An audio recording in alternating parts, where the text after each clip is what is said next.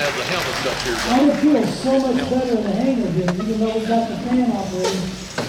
Milder temperatures make us all feel better. So before we really get going into the program, I'd like to introduce Charlene Spear with the DAR. She has a few words to say, and she's going to make an introduction.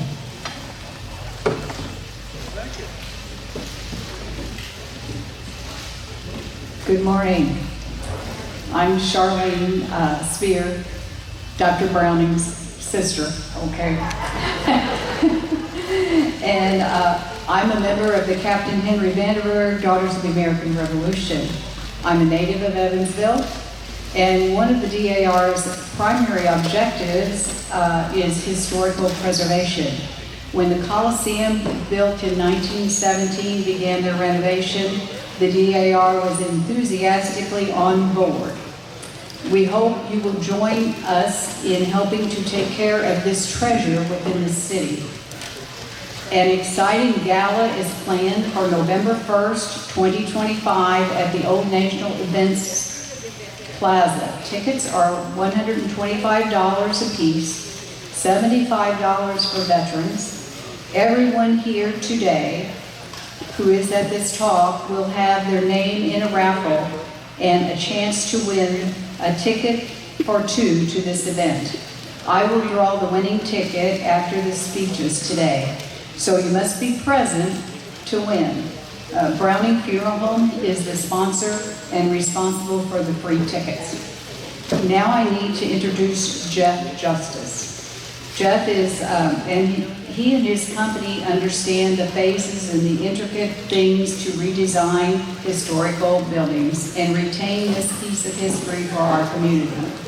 Hafer architects, designers, and engineers have been in our city for 40 years.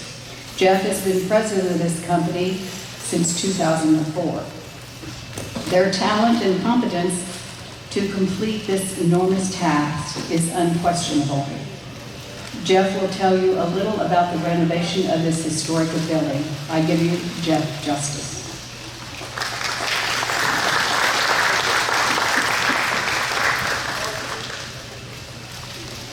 Thanks, Charlie.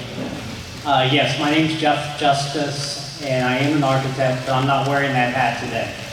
I'm wearing the hat that says, let's get on board with saving an icon in our community that really needs our attention. I'm here on behalf of the Veterans Coliseum Preservation Foundation.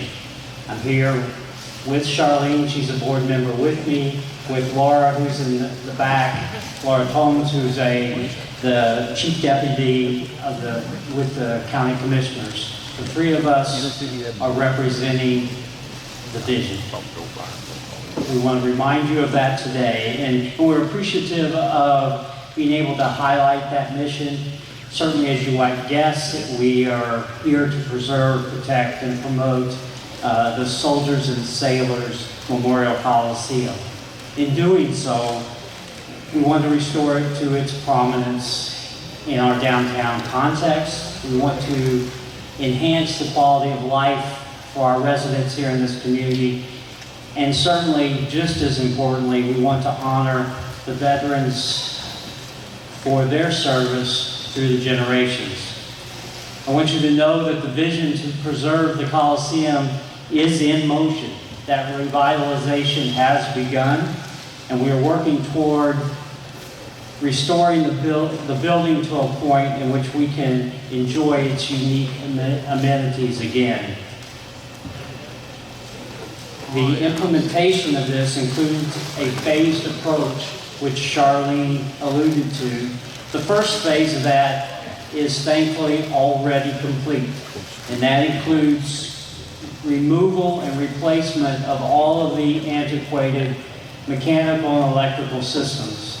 As many of you may know, that's the spine, the heart, the blood of any building. So we went in first to make sure that we were able to revitalize those systems that form the foundation for all renovations to be done in the future. As I said, that work is complete. And phase two involves the restoration and preservation of some of the very, very heart of that building. And that's the AR room, Spanish-American War room, the entrance foyer, the part that gives that building its initial character upon your arrival. We'll also be upgrading and providing ADA accessibility to the building, along with new restrooms so that all users will enjoy the experience and it will feel modernized within its historic context. Today, I want to tell you that that second phase is on our mind right now. That is the phase we're driving toward. That is the phase that will allow the building to begin its journey back into grandeur. We're working and continue to work with government officials. We work through grant applications and we work through philanthropy groups, and certainly all the way down to the grass level like this, where we come to people that we know understand the mission and talk to them about being part of it.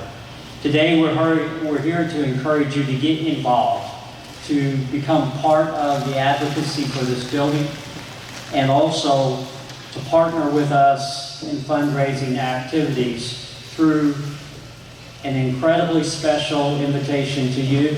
Charlene mentioned the inaugural gala. It is a gala to raise awareness. It is a gala that will help us to begin with the second phase of this project. And so I'm here most importantly wearing that hat right now. Say, come join us, come have fun, come be part of a great evening. That evening is, and I'm going to repeat what Charlene said, November the 1st, 6 to 10 p.m., Old National Bank Events Plaza. Nobody's writing this down.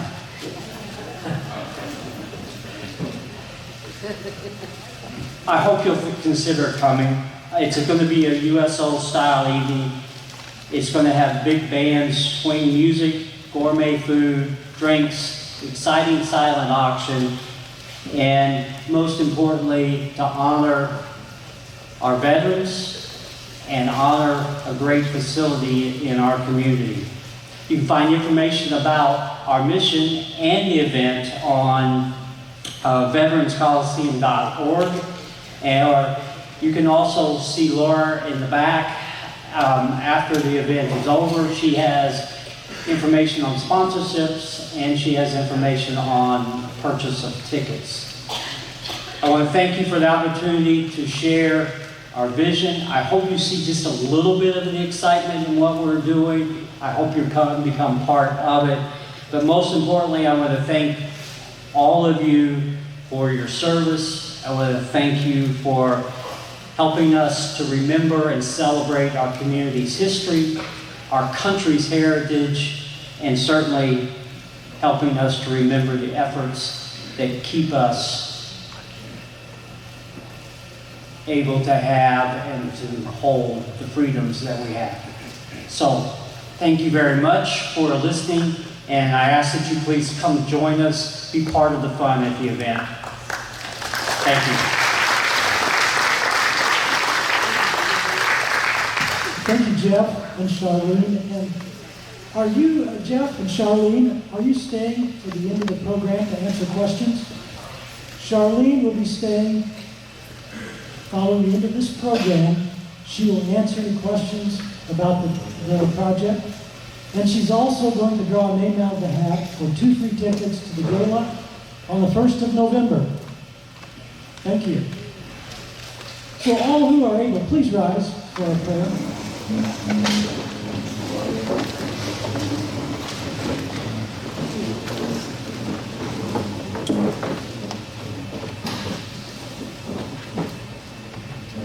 Lord, our most gracious Creator, the one who provides mercy, the one who's made all things that we see, we taste, we touch, everything comes from you.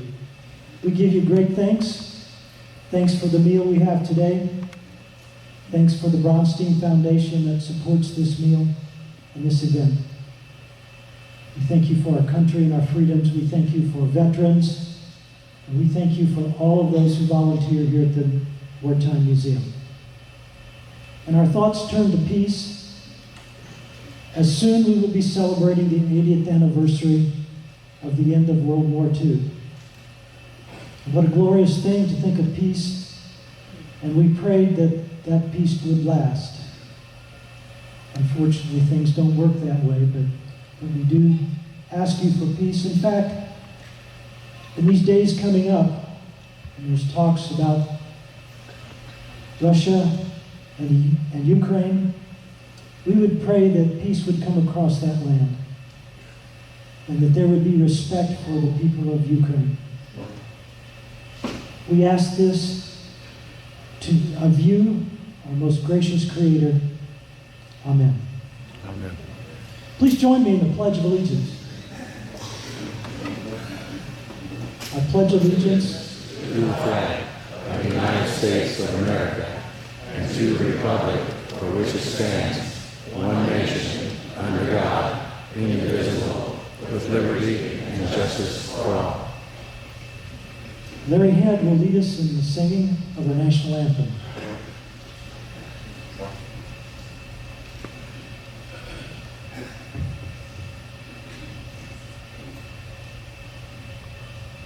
Please feel free to join in.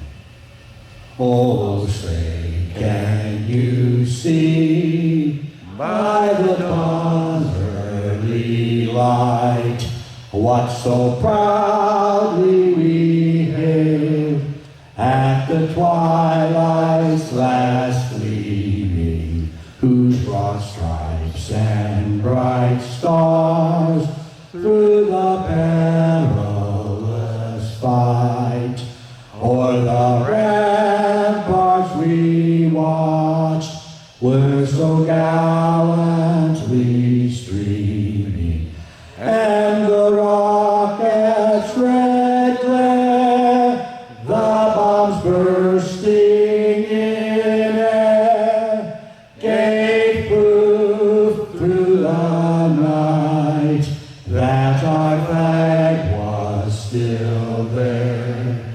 Oh, say does that star-spangled banner yet wave for the land of the free and the home of the brave?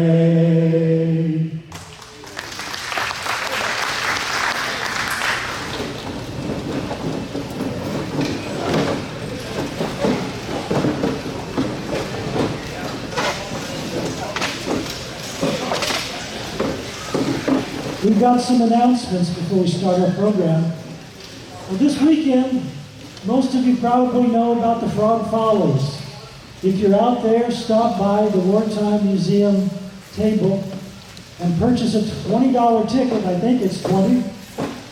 And you can come back to the museum and we will have the P-47 out on the ramp. You can bring your car up next to it, bring your camera, your phone, and you can take a photo with the airplane.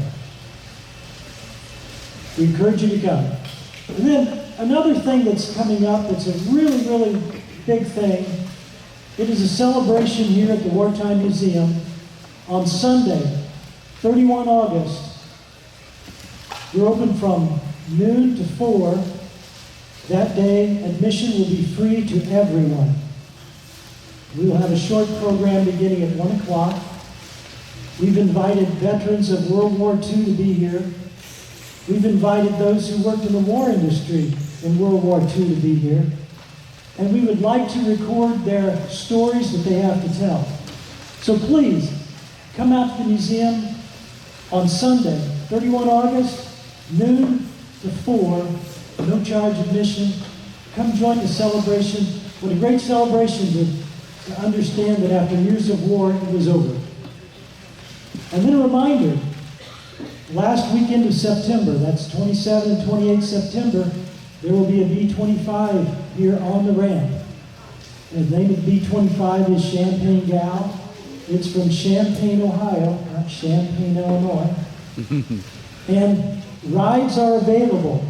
The rides are purchased not here at the museum, but they are purchased online by the owner-operator of the Champagne Gal. It's a museum kind of in the theme of what we have here in Evansville.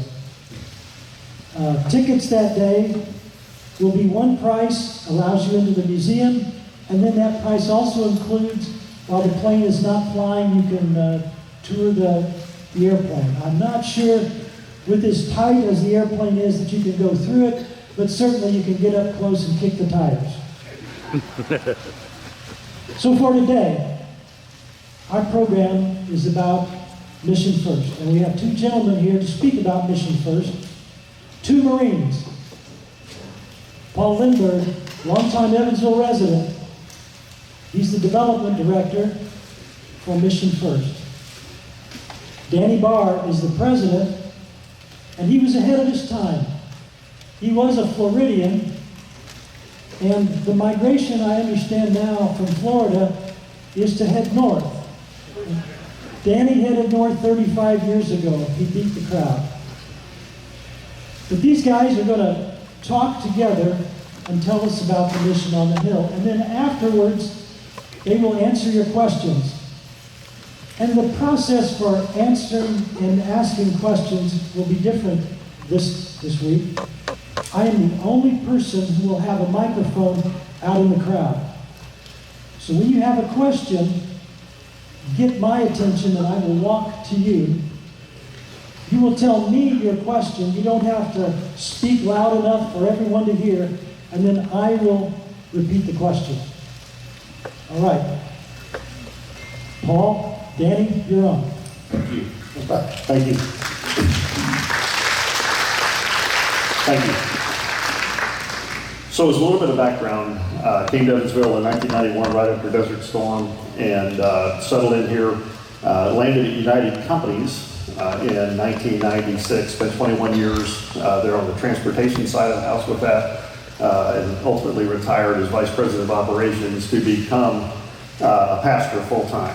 And so, guys, this is like heaven for pastors. You've already had your lunch, so I don't have something on the back end to keep me from talking. How cool is that, right? So today, we're going to have some fun. We're going to have some history that we're going to talk about. So there's some background and context to why there's a need maybe today that there might not have been 80 years ago. We're going to have some stories. Paul and I are going to share some of our personal experiences. I'll share some of my family's experiences from history, but also we're going to learn some science. Very little bit of that, right? Because science can sometimes put us to sleep. We're going to get some data, very brief, and then we're going to talk about what the solution is going to look like in Southwest Indiana. And so we're going to take this a little bit of time. We're going to start out here. Everybody, I think this picture is somewhere in this facility. I've seen it somewhere, and so we all probably remember this as the iconic end of conflict, right? World War II, and it was the end of that, and the sailor just happened to get lucky right there on the street and get a big kiss, right? Big picture. And so that's what we think about when we think about the end of conflict, when we think about returning home. And this was actually taken on the day the war ended. There were still 8 million service members spread out all across the world when that photo was taken.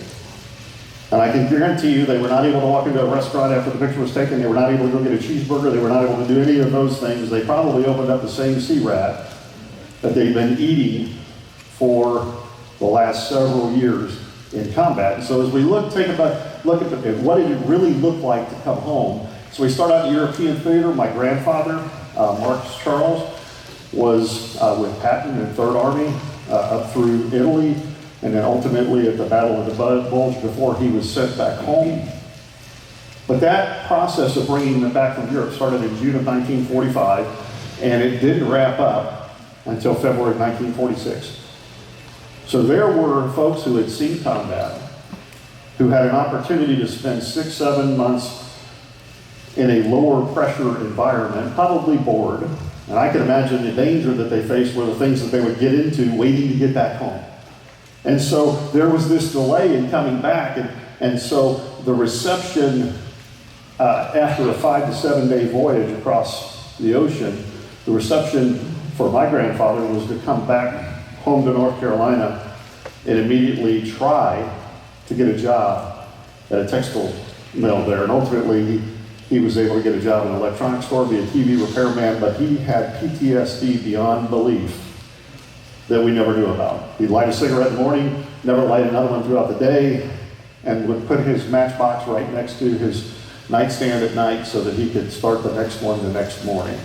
And so in the Pacific Theater, the returns began in September of 1945. They finally all got done a year later, September of 1946. And so that passage could take weeks, depending on whether you were coming from India, whether you were coming from Australia, or whether you were in some remote island trying to get there to Australia to be able to catch a ship back and work your way back. Now, the beauty of this is that you get home to the U.S., but then you get to wait at a train station because the train stations were packed. And you might take up to a week, 10 days to be able to get a train to go home because they were trying to bring 8 million people home at once. And so there was a significant amount of time between the time you might have fired a shot in anger until you re-engaged with your family. And so there's a classic story in the series The Pacific. It's in Eugene Sledge's book with the old breed at Peleliu in Okinawa. It's the journal of a Marine in combat in World War II and some of the most horrific battles that they had to fight.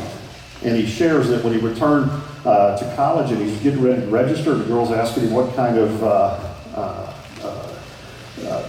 expertise the Marine Corps gave him. His response was, after she'd asked multiple questions, was, "I'm really good at killing Japanese." But think about how awkward a moment that was for Sledge. And you could see when he recounts that, his stuff's all over YouTube. I encourage you to listen to him. But that moment was frustrating because there was no way that she could understand, nor could he articulate what he had been through. And so there was a challenge in that. So we fast forward a little bit here into Vietnam, right? Korea was the beginning of a change in returning from combat because you'd go over, you'd have a scheduled day that you would come back. It wasn't open-ended. And so from Vietnam, you'd have a minimum of 36 hours on a flight, either waiting at an airport to connect. Sometimes you would have 5 days delay. Typically that was the Marines because they wanted you to look good. They didn't want you to fly right back, so they'd make you spend 5 days on Okinawa getting new uniforms, and then they'd send you back.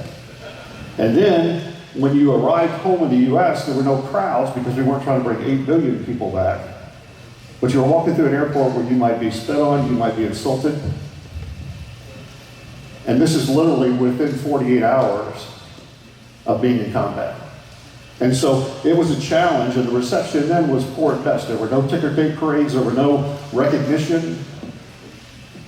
It was very difficult to make an adjustment from being in combat with nothing to rely on but the love of your brother next to you to be received home after that and to adjust.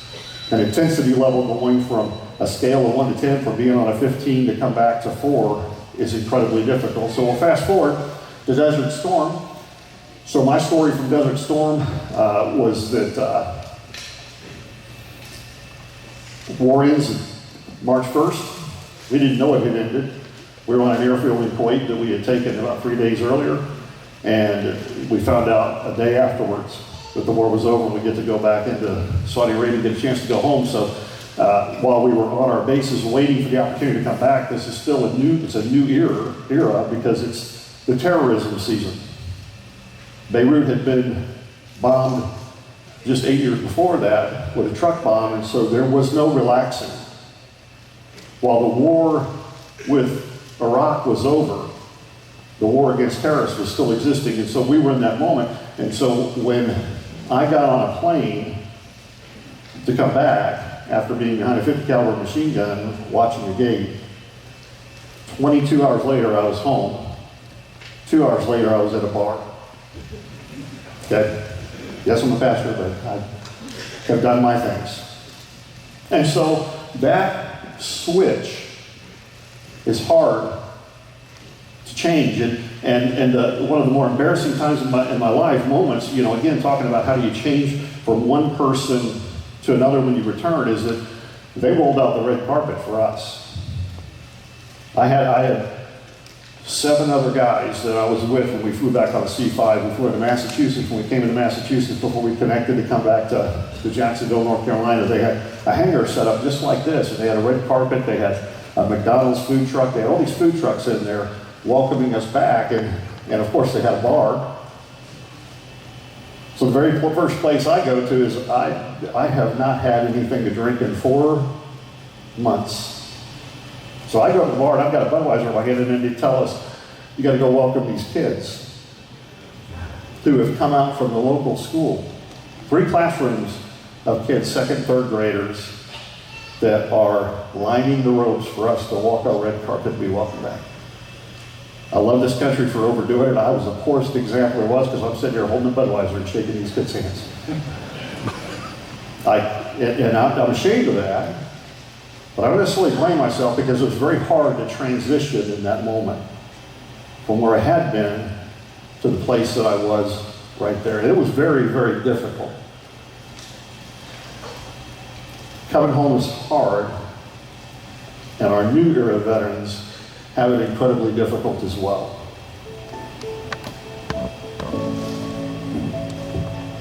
My name's Paul Linberg. I'm a Marine Raider with the United States Marine Corps. I served 10 tours overseas, including Iraq, Afghanistan, Philippines, various parts of Africa and Europe. The first time I deployed as a father, it was completely different.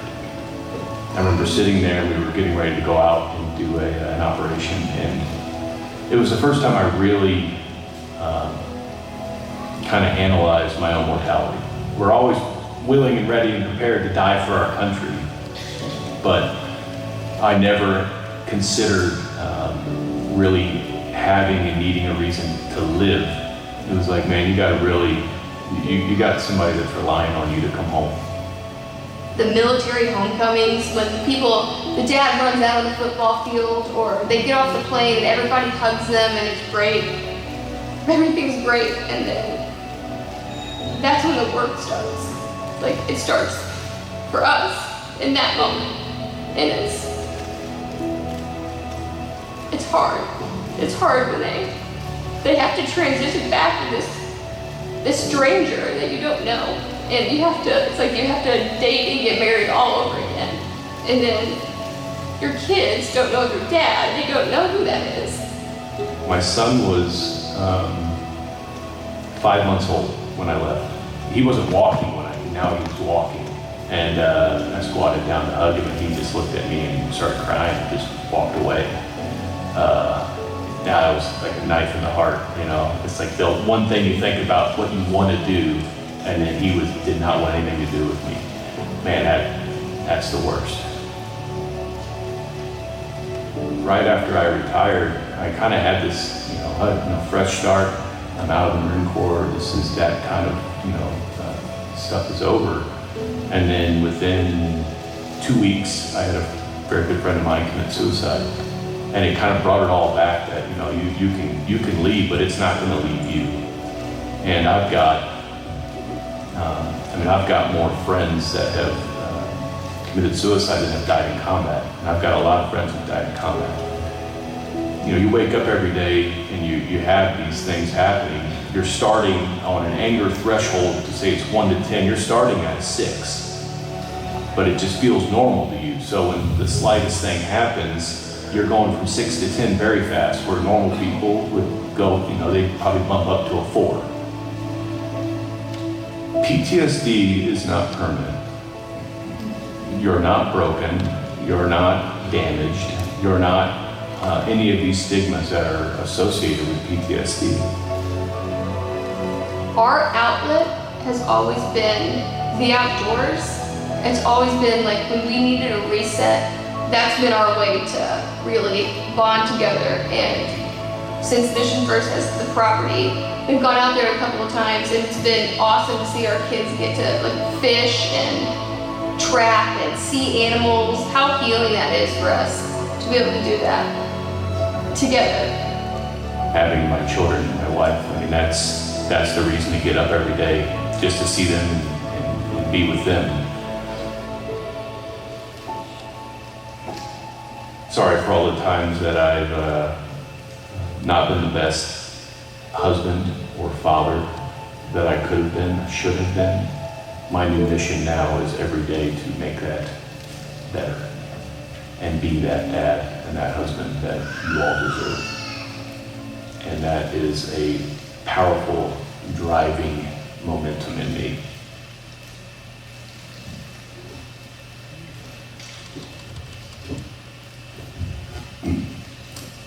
Good morning, everyone. I'm Paul Linberg from the video you just watched, obviously.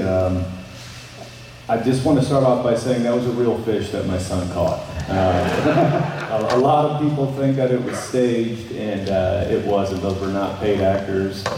And I purposely bring my wife with me. She's sitting right there. She loves meeting new people, so go up and say hi at any time. Jumping back to what Danny was saying, I'm from Evansville. I was born and raised on the east side. I went to Memorial. When I was a senior in high school, I got to watch 9/11 happen on a wheeled out TV cart. And from that moment on, it kind of changed my whole trajectory in life. And then I went into the Marine Corps in 2004. I retired last year after 20 years, and now I've been working here as the development director for a little over a year now. I got a couple of things I want to say about the return when it comes from sort of my generation. My first deployment was in 2005 to Fallujah. I was a E3 Lance Corporal, young and ready to go. And I got thrown into one of the worst places during that war. And from walking on a street and patrolling and being in active gunfights to flying back to Camp Lejeune, North Carolina, and then back to Evansville, Indiana, was about 48 hours. And that particular deployment, I came back, it was right around the 4th of July, and I was walking around on Main Street downtown. They had some fireworks going on, and fireworks started going off. It was probably the first time I really experienced what I believe to be anxiety and any type of post-traumatic stress issues. And it wasn't necessarily the noise, it was the fact that I was walking around on a street. I had no cover, I had no weapon, and I didn't have my buddies to the left and right of me. And it kind of gave me an overwhelming sense of danger, where I had to go sit inside for a few hours before I could catch my breath and get back out there. That was kind of the pattern for a good 5 deployments. It would be right back home, right back with your family, and I think there was a thing where they believed that that might be helpful. But when you come home in such a short time from actually being out and active, there's a switch that has to happen inside internally, which I'm sure a lot of you out here can relate to. And becoming one person and being one person and then switching it off and being part of your family again is a very difficult task. And it takes time. And it's not just combat situations. I mean, I spent the last 5 years of my career doing a lot of work in the United States in training. And being gone for 2 weeks, coming home for 1 day, being gone for another month, the constant back and forth of no matter what you're doing, if you're training or you're doing any type of mission, and then that morning, and then 8 hours later, you're sleeping in your bed next to your wife, it's very difficult. And she will attest that there was a couple of times when I would be gone for 2 weeks, and hey, I got to come home for one night, and I got to go again for a month. She said, just stay gone. We have a schedule, we have a program and a routine, and the kids they know you're gone. You make things worse when you just show up for 1 day or 2 days, and that's fair enough. I'll stick to your program. I'm gonna hit slide. Go ahead. So I'd like everybody to kind of take a look at this picture here. Okay? And then,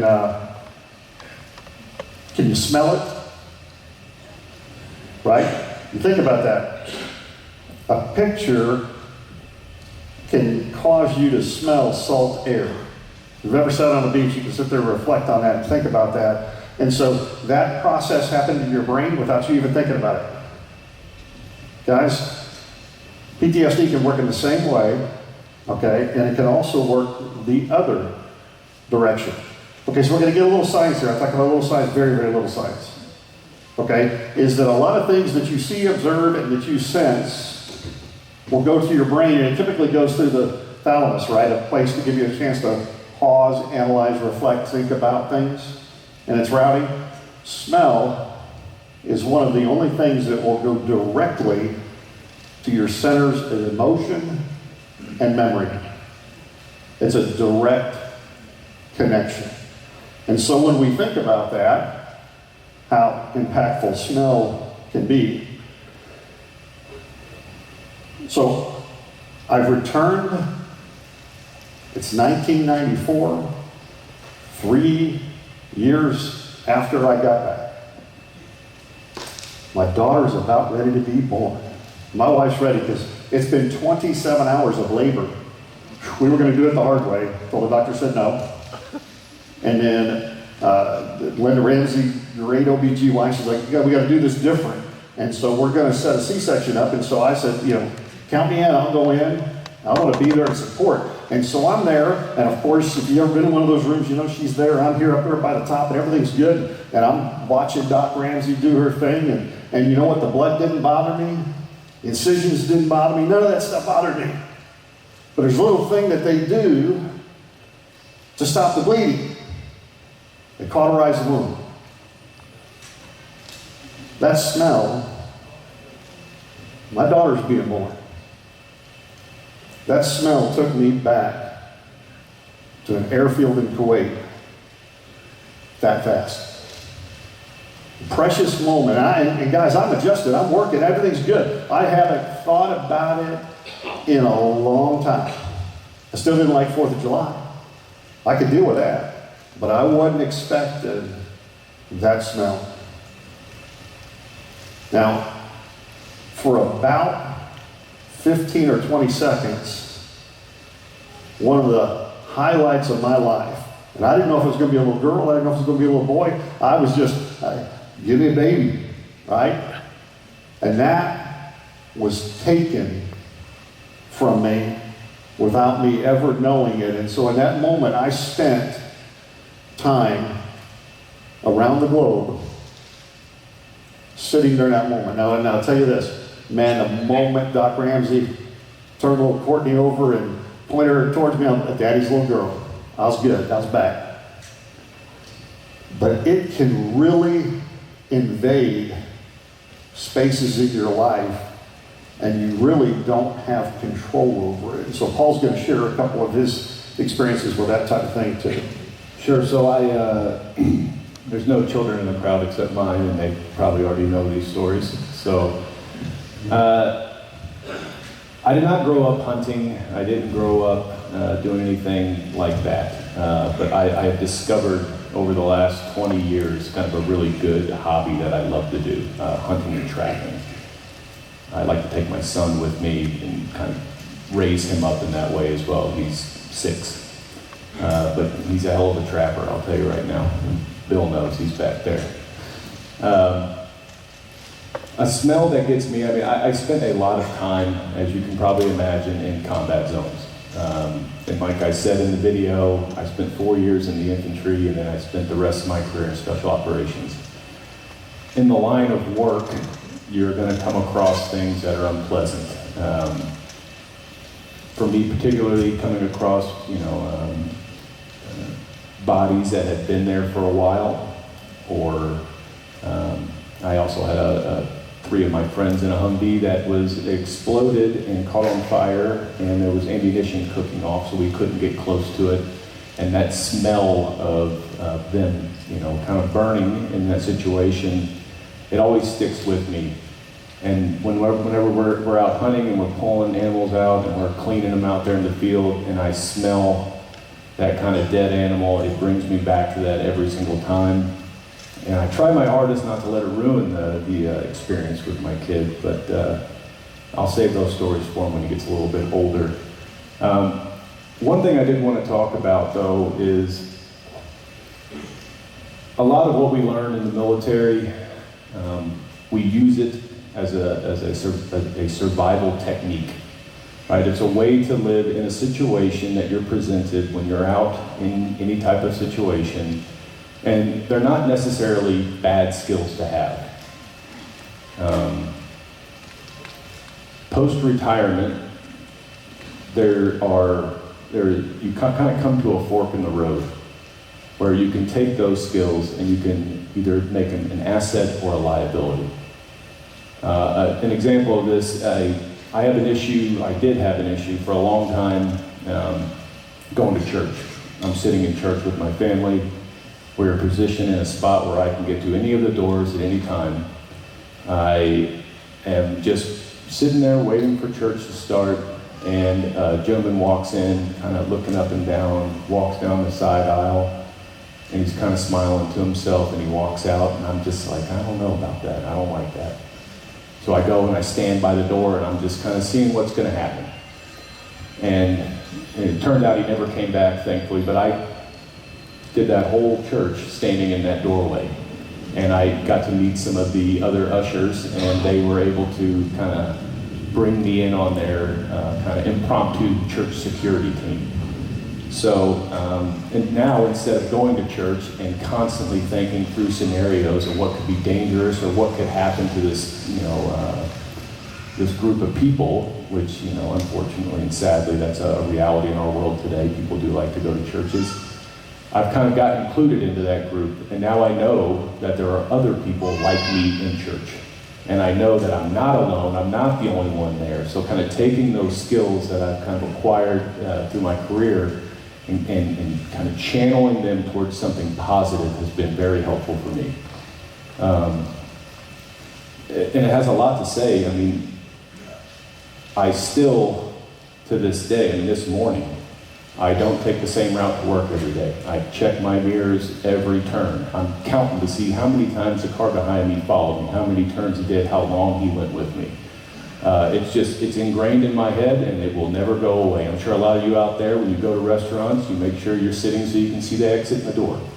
I have the same kind of issues, and it's not necessarily a bad thing, but my point is, if you channel it towards hypervigilance and aggression, it's going to become a liability. But if you channel that towards something else, it can be an asset for you. And that fork is where a lot of our vets today, especially my generation, are kind of stuck at. And they're looking for some way to kind of channel the skills they've learned into something positive rather than something negative, which brings me to the next slide, which brings us to the sanctuary on the hill. This is our mission statement here, is to provide a sanctuary to strengthen and renew a sense of purpose to those with military service. Now that's our mission statement, and that is true. Another reason why I like to show the video of my family is because we also offer that same support to their spouse and their children. They are often and sadly overlooked, and truly are the glue that holds that together. That I call her the unsung hero of that whole of our family. I would deploy, I would come home, and there's a lot of a big reception for me. Thank you for what you've done. Thank you for what you've done. And every time someone tells me that, I say, thank my wife, because she is in Virginia Beach with 3 small children, 800 miles away from mom and dad, and she has no support other than maybe, hopefully, some neighbors that are kind of nice sometimes to us. And she's held that together the whole time, and I think it's very important that we also focus, and we are focusing on the spouse and the children as well. Along with our mission statement, we have our vision statement, and this is equally important to me. A community that fully embraces and values those with military service. The key word there is community. everything that we do could not be done without our community. We are doing something a little different at the sanctuary. I've been to a lot of these type of wellness retreats for military over the last 10 years. They're very, they're great. You know, fly out to Montana, be in the mountains, do some yoga, walk around and hike, and you feel good, right? You feel good, and then you go home. And after about a week, that fades, and there's no follow-up, there's no going back. You know, you got your chance, we're gonna give it to somebody else now, and that's it. What we're doing is we are focusing on this community. Right now, we are operating in 4 counties of Posey, Gibson, Vanderburgh, and Warwick. Our facility is located right across the street here, next to Bluegrass Fish and Wildlife area, off of Ditney Hill Road. We have 92 acres out there. It's mostly wooded. There's a 5-acre lake, and we're building the facilities right now. Last week, the foundations were poured for our first 2 buildings, which doesn't sound exciting, but if you've been staring at a dirt field for 6 months, it's really exciting. And we've been really focusing on, we're not building an island unto ourselves of veterans where we keep the world out. The idea is to bring our community of veterans together, increase networking, programming developed around mental health, and then workforce development skills. So get the veteran, get their family back on the right path, help them find a career rather than a job, and then put them back out in the community that helped them get there in the first place and find that help. And the wraparound care that is included with that is, you know, once someone goes through some programming, we're going to be encouraging, if not mandating, if I had it my way, volunteer opportunities. So, you know, your community paid for you to be here. It's at no cost to the veteran. You're going to go back out and you're going to serve your community.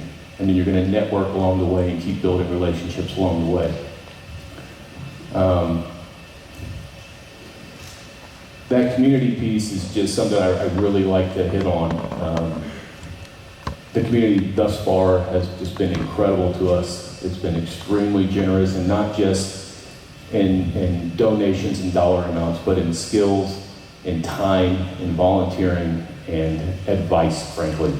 Because everything we do purposeful, we do strategic and slow, and we're all military, mostly on the board, so we have a way that we do things that you're all familiar with, and we make sure that we're going to do it right instead of doing it fast. And I'll get it back to Danny, and he'll talk about the board of directors here. So when Paul talked about our vision, a community that embraces those with military service, right, and truly wraps our arms around them, this board of directors, with the exception of we've added 3 folks to our board in the last 3 years. This group of people got together 3 years ago, and our vision was a 5-acre piece of land with a 1-acre pond. That's what we thought we could get accomplished. We're on 90 acres, a 3.5-acre lake. It's about an $8.5 million project. And guess what? We're very close to 100% fully funded on that $8.5 million. So I'm pretty sure the community embraces us. Through the Community Foundation Alliances, we received a $6.7 million grant through the Lilly Foundation to finish the phase 2 and 3 of all of our construction, which we'll see here in a minute. But this group of folks is pretty special. So Sean Georges, he's our vice president. He's a former Marine JAG officer. Brian Bornstedt, Navy, surface warfare guy. He's our CFO. He works at Old National Bank. Christina Solis, she's our secretary. She's a non-veteran, but man, does she have a passion to serve veterans. Mike Berkdahl, Marine, combat wounded Vietnam. Brett Mulzer is also a non-veteran, but he was the guy that grabbed me by the scruff of the neck 4 years ago and said, Danny, we got to do more. What does it look like to do more? And so he's on our board. Jillian Moon is a former National Guard person, and she is a licensed clinical social worker and is working with us with equine therapy and some direct therapy stuff. Eric Gooch, combat wounded Afghanistan. Mark Parsons, 22-year Army, retired Master Sergeant. Joe Todd is a Army captain, served also overseas. Dustin Reingart, another Marine, that was also in Iraq. Hugh Miller was Army, served in Germany. Dr. Carl Linge was a Navy doctor in Vietnam and probably was in the same hospital that Mike Bergdahl was processed through in 1966. Aaron Lewis, who is Marine. Joshua Distelhorst, who just retired from the Army, just came on board last week. He is the training manager for Trailer Brothers. And so it's a really strong group of people to be able to execute on these things. So what are we executing on, right? We started out where we asked 200 veterans, what do you need, right? And what are the problems that you see? The first was disconnection, is that you go from this place where you have buddies, you have folks that you've been with, that you trust with your life, and now all of a sudden, coming out of that tight-knit environment, you come back and that just doesn't exist anymore. And so they wanted a place where they could connect. Part of the transitional challenges, I was lucky. Ron Romaine would grab me by the scruff of the neck from time to time and say, Danny, you can't pull that Marine Corps stuff in these board meetings. Tone it down a bit. And he coached me a lot through that. So there's some transitional challenges that need to be addressed, but there's also societal misunderstandings, right? Through education, through events like this, we can talk about the challenges veterans face, not so that we get pity or, oh my gosh, that's terrible, is that just people understand, right? So it's very difficult to tell a story to someone who can't fully understand it. So also to be able to educate the community. And then also that there's a lack of guidance and support. There's really no organized way for veterans to connect when they get out of the military.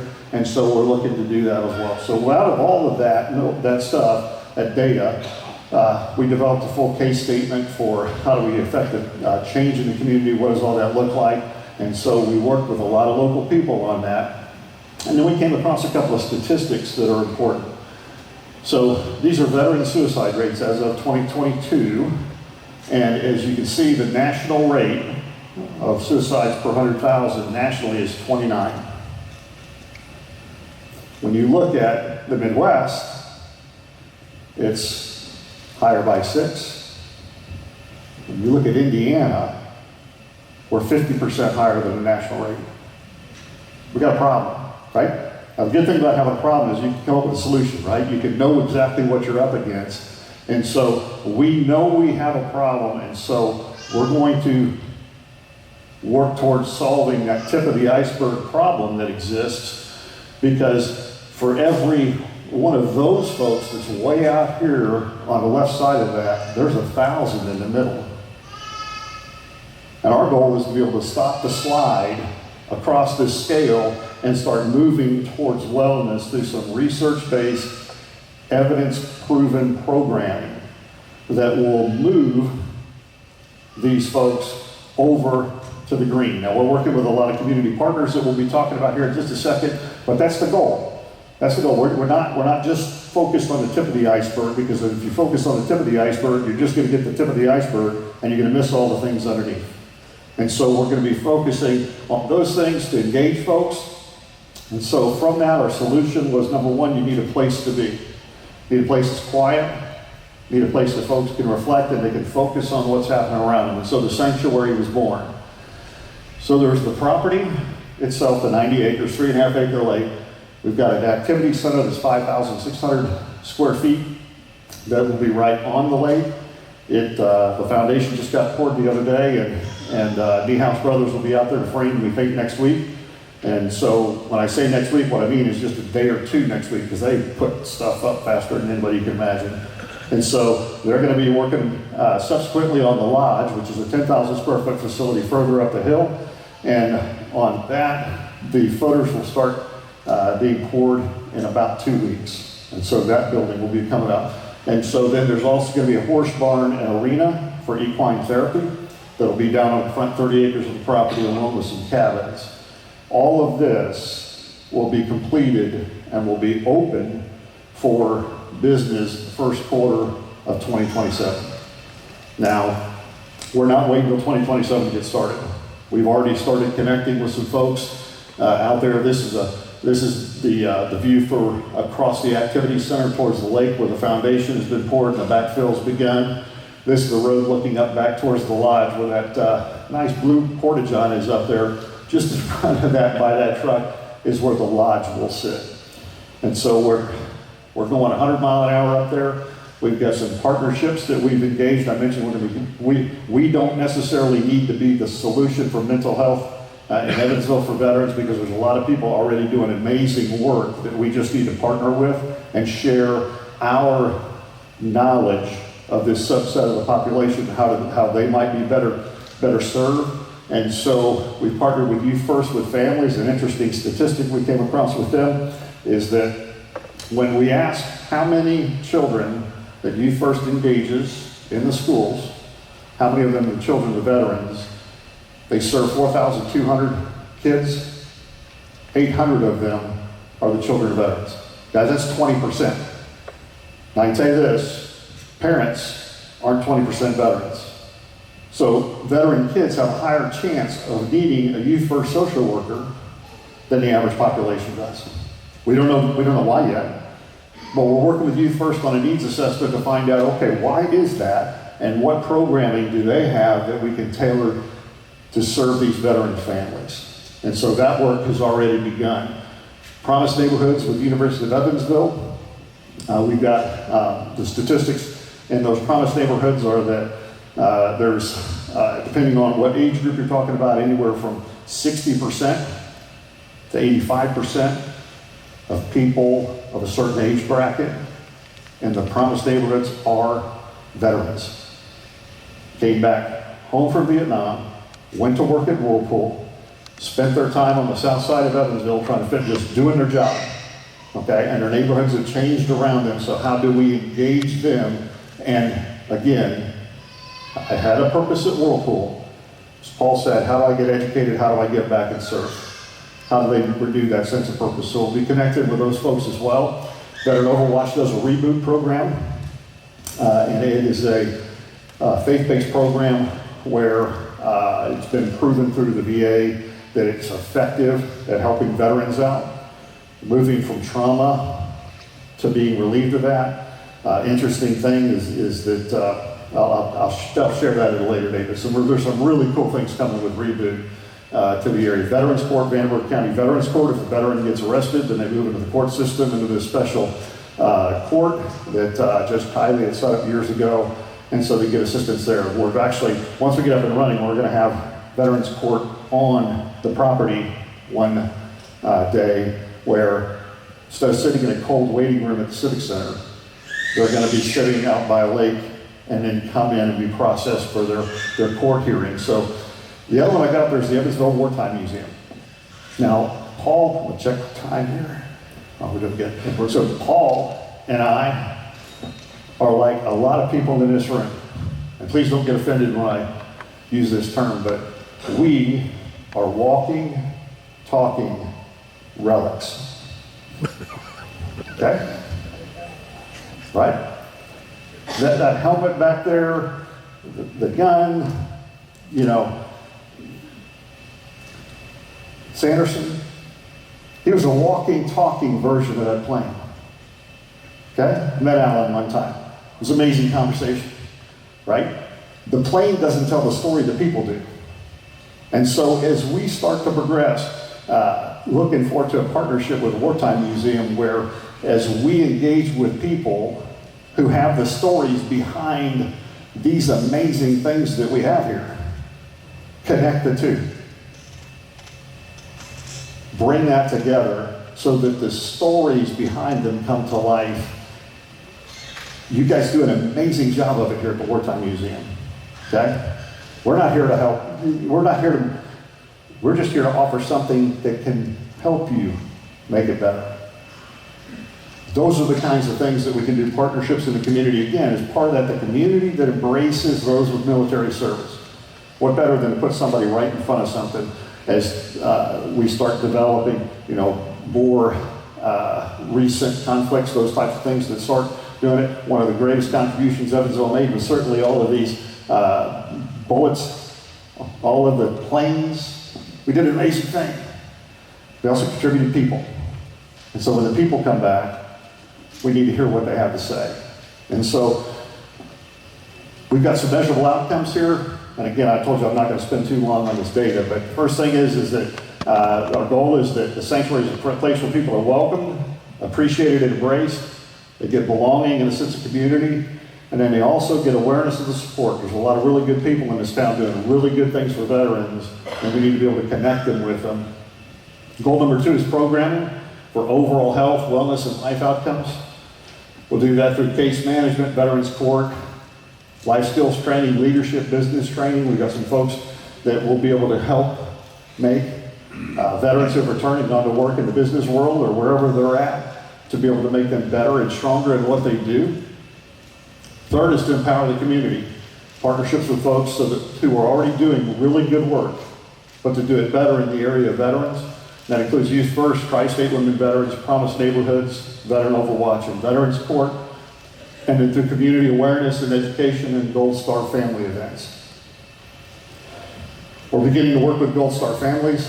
We've contacted a couple. The very first thing that we're going to do is we're not going to recognize them. We're not going to do anything great. We're going to bring them together, have a meal, and ask them, what do you want? What programming do you need? Right? Because they may have something different in mind than what we might want to provide. And so we're going to begin having those conversations with them to see what that looks like. We've got an Indiana Gold Star daughter, Dr. Lori Goss Reeves. She's from up in Muncie, that will be helping us with that process. She lost her father in Vietnam on February the 14th of 1966 and didn't find out that he was KIA until the middle of March. These are some of the things about educating the veteran. When you talk about, in her story, she could never understand how they confirmed it was her father, because they said he was confirmed through dental records. Dental records, we confirmed it was your father. She was scratching her head because her dad didn't have a tooth in his head. He had full dentures. So you can imagine the confusion that created in her life. And so one of the things that worked with her was reconnecting with the people, with the guys that were there when her father passed, and having those emotional reactions of listening to the brothers that were right there with him in that moment and being able to find healing in that. So I'm going to close with this before we open up for questions. Is we did something really, really dumb, as Marines are known to do. Okay? We got a whole lot of stormwater drainage and stuff out there, so I thought it would be a really good idea if we took some riprap, and instead of using an excavator to do it, we'll use more. We can do it. And so we had folks out there from 20 all the way up to 70, I think Dave's 77, plugging this rock and putting it in the ditches to slow down the drainage. One of the folks out there was the son of an Evansville person who had been killed in action in Iraq, a Marine. After we were done, he sent a text to Paul and said, listen, it's been one of those crummy couple of weeks for me, and I've been down. That was exactly what I needed. The sanctuary is already doing its work. Guys, that's what we're all about. That's that story, trying to repeat it thousands of times for veterans around the area. That's why we're doing what we're doing. That's the need that we're hoping to address. So on that note, I think we're ready for questions. How to do on time? Thank you, Danny. Thank you, Paul. So on the questions, I'm going to stand here, and if you've got a question, let me know. Tell it to me, and I'll repeat the question so everyone can hear. Questions? Yeah. Okay. Just a quick question on how are you addressing the veterans when they find that one of their fellow brothers or sisters has passed away or committed suicide? So the question is, how are you addressing when a veteran finds out that there's a brother or sister veteran who has died? I'm sorry. Suicide. Suicide? It's a suicide. Really awesome question. One of our board members, Eric Gooch, walked through that journey just 2 weeks ago. He had gone out to spend some time with his friend, thought he had him good, spent 7, 8 days, but had to come back to his family, and then 2 days later committed suicide. Eric was immediately surrounded by 2 or 3 folks that were in contact with him that he knew. The number one thing is we got to have a relationship with these people so that they know who they are and we can talk openly. Eric had those folks. Once that's done, just to be able to give them space from people who have been there and understand to talk and process. That's the number one step. Longer term is also to be able to engage them in understanding that they hold no guilt. If we had a solution to the 22-a-day problem, it would be 14. A lot of things have been tried over the last several years. We're taking a more informed approach to that to try to prevent it, but try to wrap our arms around that, because the number one thing that's needed is to be back in the community that you served with people you know and trust. That answer.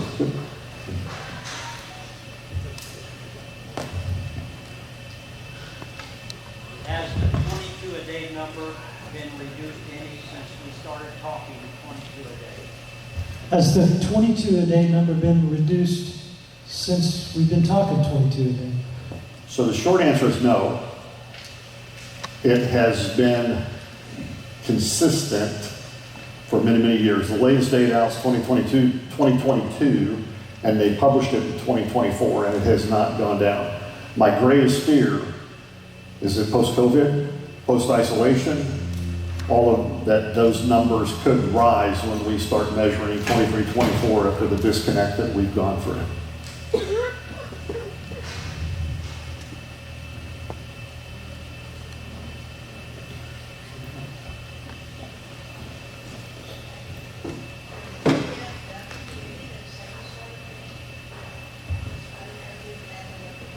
Does the VFW do any of the same sort of things that we do?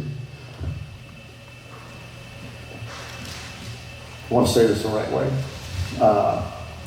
VFW does a lot of awesome things, provides a whole lot of camaraderie, places to gather. They serve in a lot of different capacities. We're more focused and targeting on mental health and in direct services. When I came back, I had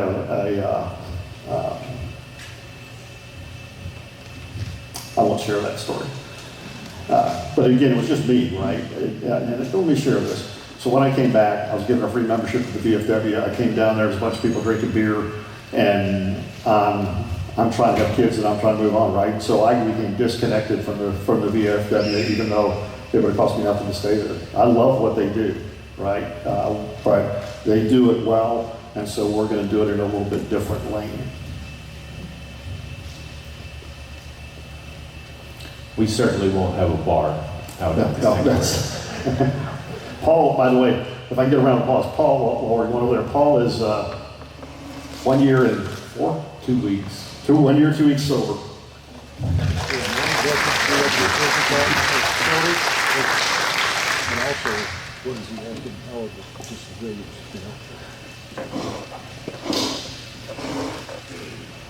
Will non-veterans be able to visit the facility? And the second part is, what are you asking for from the community? Okay, so we'd be happy to give you a tour for a donation. Just kidding. Right now, seriously, we have been inviting some folks out to show them the property so that there's some community awareness. And longer term, we will have some community awareness openings of the property where people can come out, take tours, and see what's going on out there.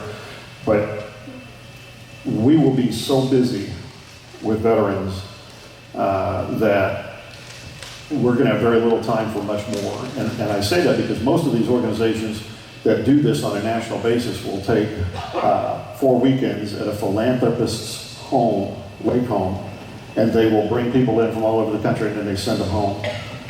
We're going to do this 48 weekends a year.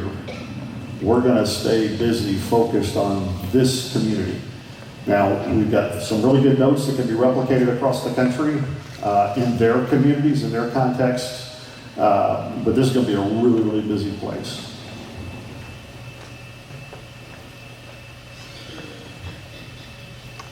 Comment, first of all, I think the reason there's so few questions is such a great way of delivering. My question is, once up and operating, will a veteran with a family say, hey, it's Saturday afternoon, grab the kids, let's go fishing? Just drive out there and go fishing, for example. So the question is, it's Saturday afternoon and the veteran with his family says, hey, let's grab the kids, let's go to the sanctuary on the hill. Can they do that? So the short answer is yes, with rules. Okay, so we kind of jokingly called it the keys to the kingdom. Once you've been through programming and you are a part of the organization and giving back, you have the keys to the kingdom, you can grab the kids and run out there, as long as there's not a, so one of the things that we've got slated is that I asked some female veterans, I said, listen, I need you to tell me because I have no understanding. So I need you to tell me, but I'm going to ask you a question. If I gave you 90 acres of land where you can be guaranteed there's not going to be a guy within 90 acres, could you do effective programming for female veterans out there? It was like, oh yeah, definitely. And so one of the things that we'll be doing is have a dedicated time for female veterans to be able to gather within their organized group so that they can have direct input, because I don't want to put my experiences on them. Or in even the way that I question and try to develop. So we've got a team that's working on that as well. So that's where there would have to be some restricted times where people couldn't just show up and do that.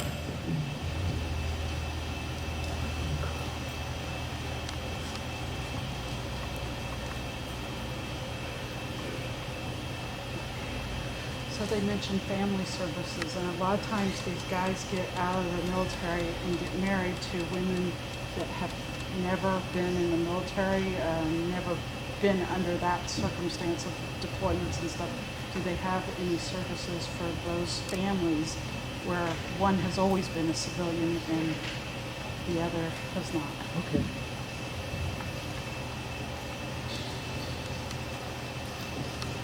I can't speak in front of this. So the question is, there's a service member and they marry into a spouse who's not familiar with the service.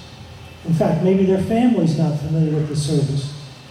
Do you have a program that would help the non-military spouse and the non-military family?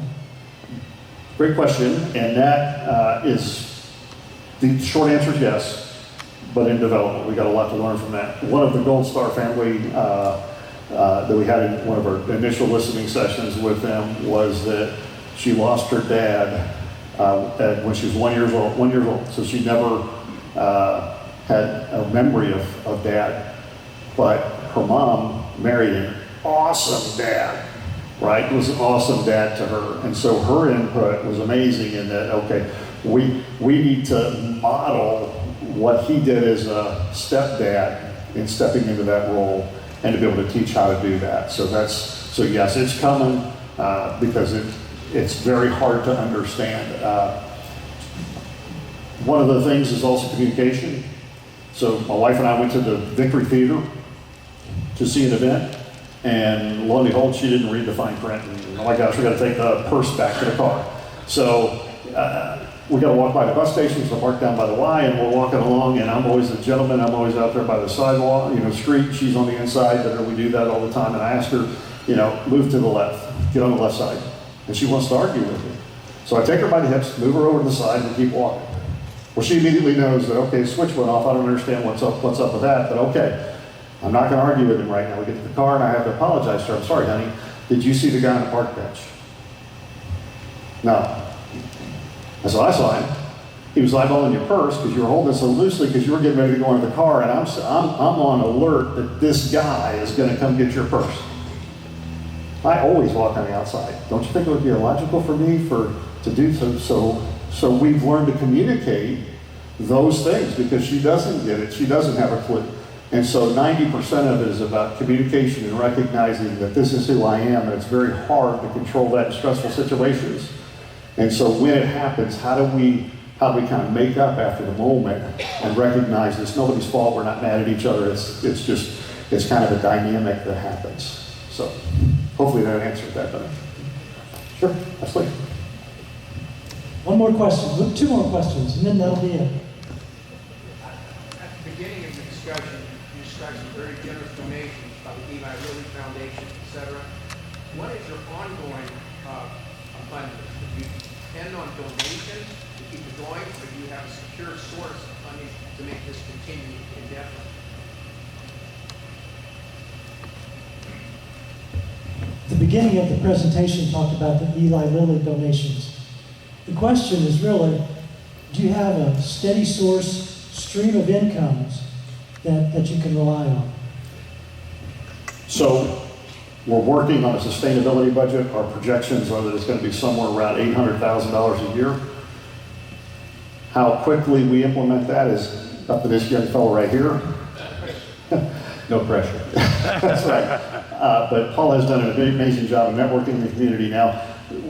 We are in a stage right now focused on awareness for that sustainability, because we were told early on that until we had significant funding towards the structures, don't get out there and be in front of the news if you're not going to do anything. And so we were very intentional about being quiet about that.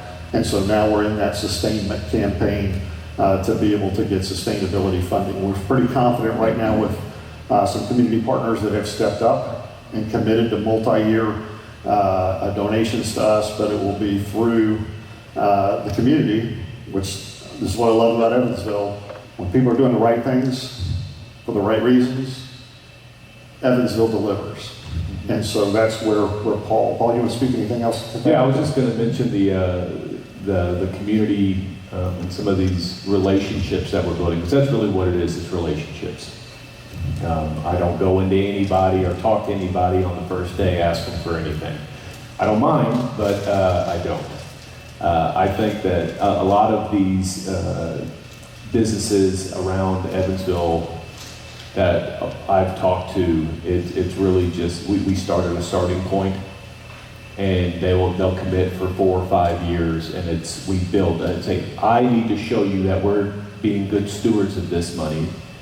I will show you quarterly all of the results that we're providing.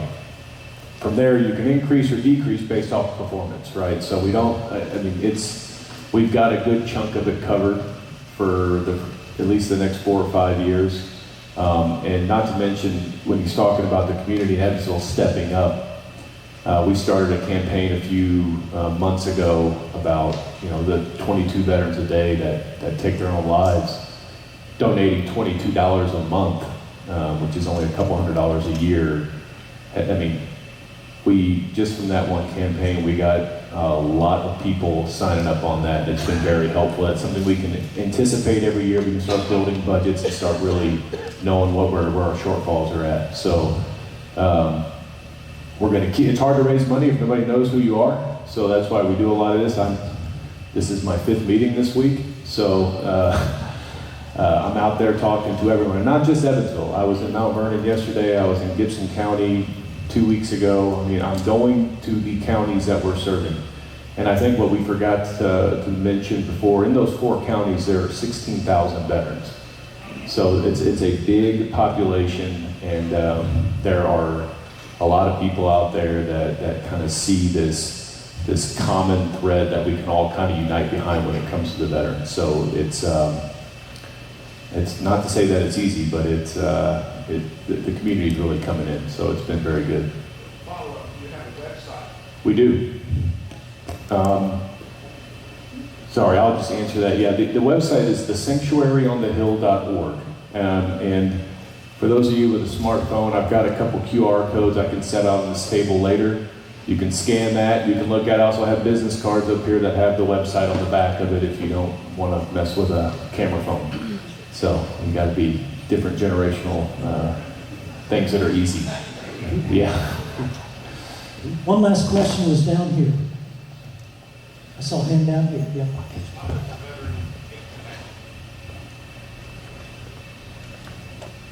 How does a veteran get connected to the sanctuary on the hill?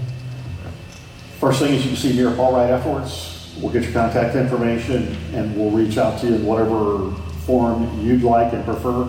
We're very active on our Facebook page, and I know some folks are Facebook fans, some folks are not, but we've also got a website. And then Paul has his office, which is down at 318 Main Street in Suite 102, and he's down there throughout the week unless he's at a meeting. You can connect with us there. Once we're up and running, we'll have more avenues to be able to approach. So I'm going to ask Danny and Paul to stay here for a few minutes. And Charlene, please come up. Charlene is going to answer any questions, and when that period is over, she's going to draw for a ticket for two to the November 1st gala.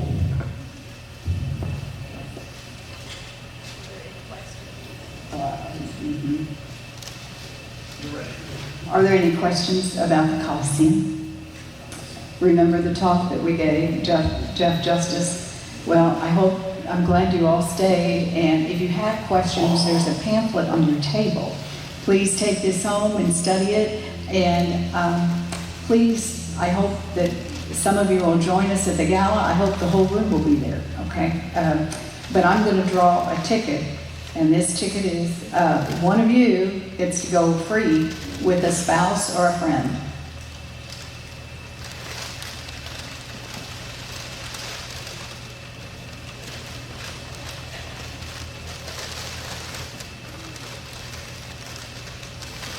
Okay, the name I drew was Bob Butcher. Is he here? Okay.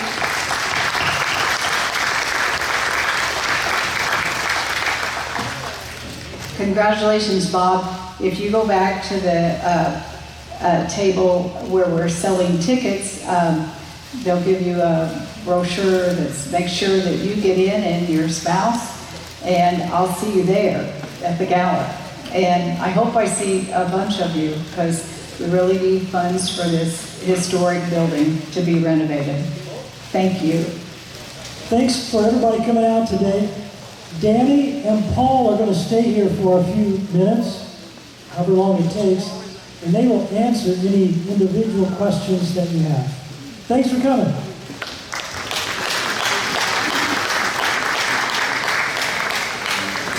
Thank you.